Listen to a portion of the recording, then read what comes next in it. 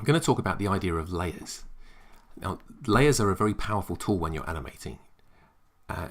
If your animation has got more than one object moving around the scene, then at some point those objects are probably going to touch, overlap, and potentially interfere with each other.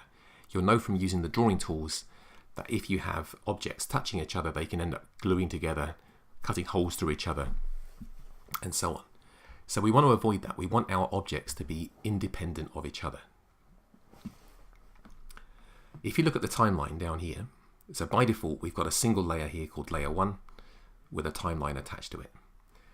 You can add in as many layers as you want, and this is something you should get into the habit of doing. Every time you have a new object on your scene, add a new layer in for that object to sit on.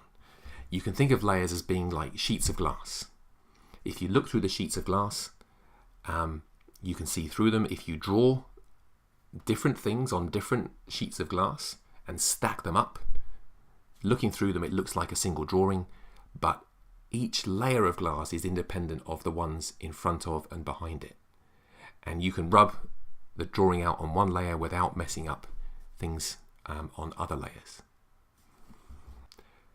So I've got a little rocket here which I'd like to animate. We're going to have it traveling through an asteroid field. We're going to have some rocks coming down the screen. Our rocket is going to move from side to side to avoid the rocks. All of those objects are going to sit in front of a black background. So heading down to the timeline here, the layer that I've drawn my rocket on is called layer 1. Now, once you start getting many layers inside your animation, it's easy to lose track of which layer is which. So it's a really good idea to rename your layers whenever you create them, so you know what they contain. You rename a layer by double clicking on it. I'll call this one rocket.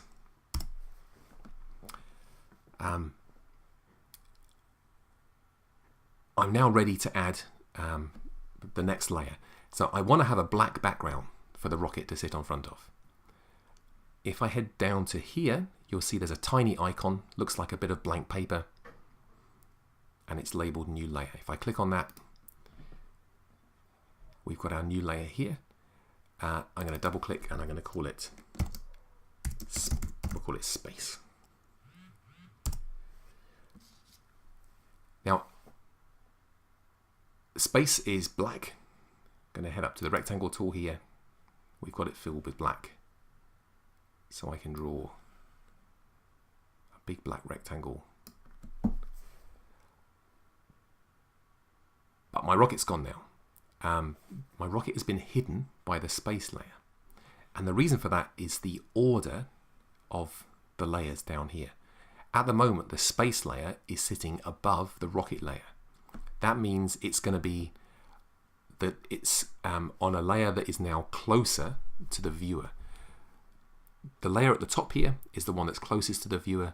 The layer at the bottom is the one that's furthest away from the viewer. So if I want my rocket to be at the front, closest to the viewer, in front of the space layer, I need to pick it up and drag it above. So you can see now, here's my rocket popping up to the front. So selecting my space layer here, I'm just going to click away. So the background's not selected. I'm going to grab the paintbrush here with white. I'm going to pop some stars on that. Now I want to put some stars here where the rocket is, but my rocket is currently in the way. If you head down to the timeline down here to the layers, you'll notice there's a little icon of an eye with some dots underneath it. The rocket layer here, if I click on that dot below the eye, I can hide that layer temporarily. So it's still there. I can toggle it on and off by clicking, but you can hide it whilst you're working on other layers.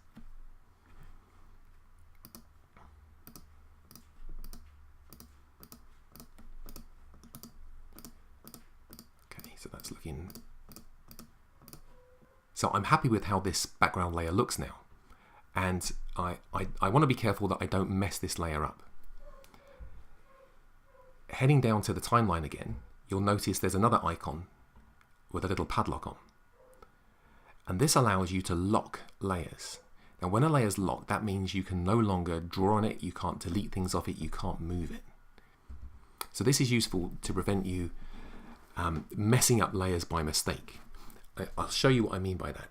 If I show my rocket layer again, let's say I wanted to highlight the rocket because I wanted to move it. So I can go to my selection tool, I can drag a box around the rocket, but you'll notice it's also selecting part of space here. If I try and move that, you'll see I'm moving both the rocket and a chunk of the background. Just undo that with Command Z. I don't really want to be grabbing bits of the background every time I try and grab an object on the screen. So heading down to the timeline here, the space layer, I can lock it. You can lock it and unlock it by clicking on the little dot just there below the padlock. Now you'll see the background is no longer highlighted, it's just the rocket. If I move the rocket around anywhere on the screen, it's now no longer interfering with the layer below, because the layer below is locked. If I try and get my pen tool, or my brush tool rather, and I click on space, I can't draw on this layer, I can't do anything on it because it's locked. So I would get into the habit always of locking layers that you finish with. In fact, generally, the only layer you want to have unlocked is the one that you're currently animating, the one that you're working on. Alright, we need another layer for asteroids.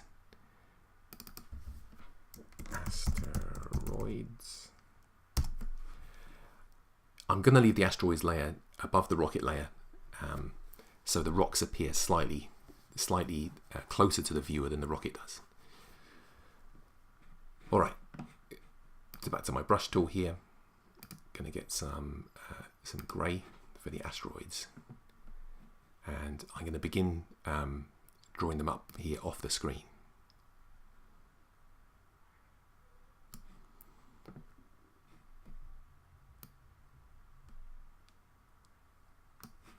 And we can fill those in.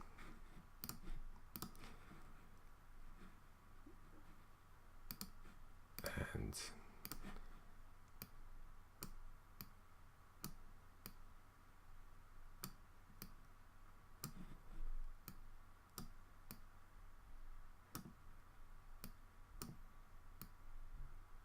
okay, so we're ready to start animating.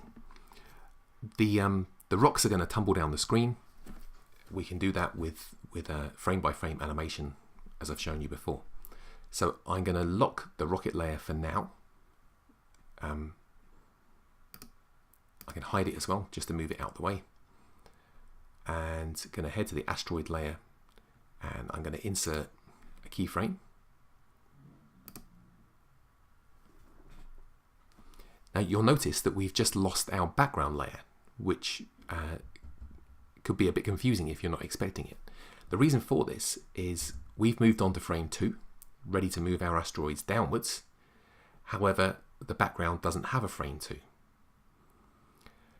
Generally, you're going to want to have your background layer or layers with a single keyframe at frame 1, and then a series of just normal, ordinary frames with nothing going on until you get to the end of your animation. So I'm going to head down. I need to unlock my background layer here so I can add some new frames in.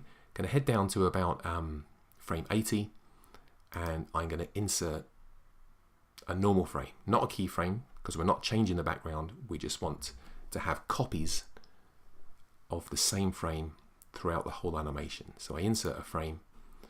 This grey block here means that nothing's going on. There's no keyframes in here. These frames will be exactly the same as the previous keyframe. I'm going to lock that again.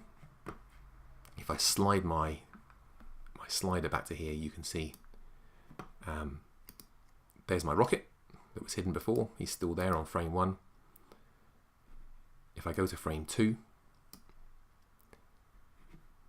we've still got the background and we're ready now to move our asteroids downwards. So I'm going to click on the asteroids layer here, going to click on frame 2, get my selection tool, and I'm going to move the asteroids downwards. I can insert another keyframe.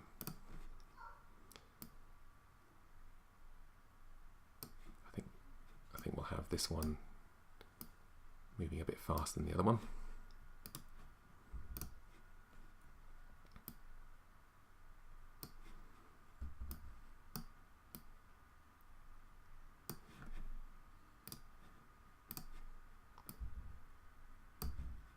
Just going to speed this up a bit.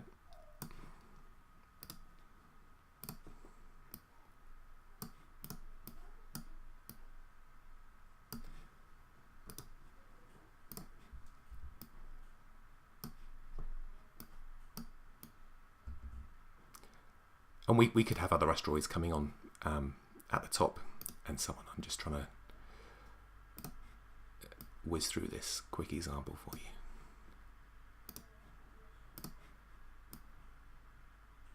All right, there we are, we're off the scene. So sliding a slider backwards and forwards, you can see the asteroids falling down. So the rocket's appearing on frame 1 here. We could leave it still for a few frames. So I can input my next keyframe in here. This grey block means nothing is happening just here. But at this point, we want the rocket to move a little bit left. I need to unlock that layer. I'm going to lock the asteroids layer so I don't mess it up by mistake. I'm going to click on that new keyframe, my rocket selected, and we'll have it moving slightly left. I'm going to insert another keyframe and move it slightly further left.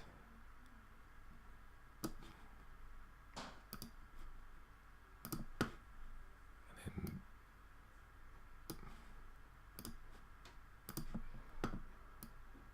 have it moving back slightly again. You get the idea. So you can see we've got rocks falling down. We've got our spaceship moving from side to side. And we could continue that animation all the way along. I'll stop there.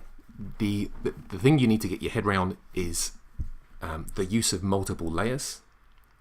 Each layer is a different part of the animation. Each layer has got its own independent timeline. When the animation runs, these timelines all run together at once. Locking and unlocking layers is a really good idea to make sure you don't mess things up when you're working on a particular layer. And hiding and unhiding layers can help you focus on one particular task.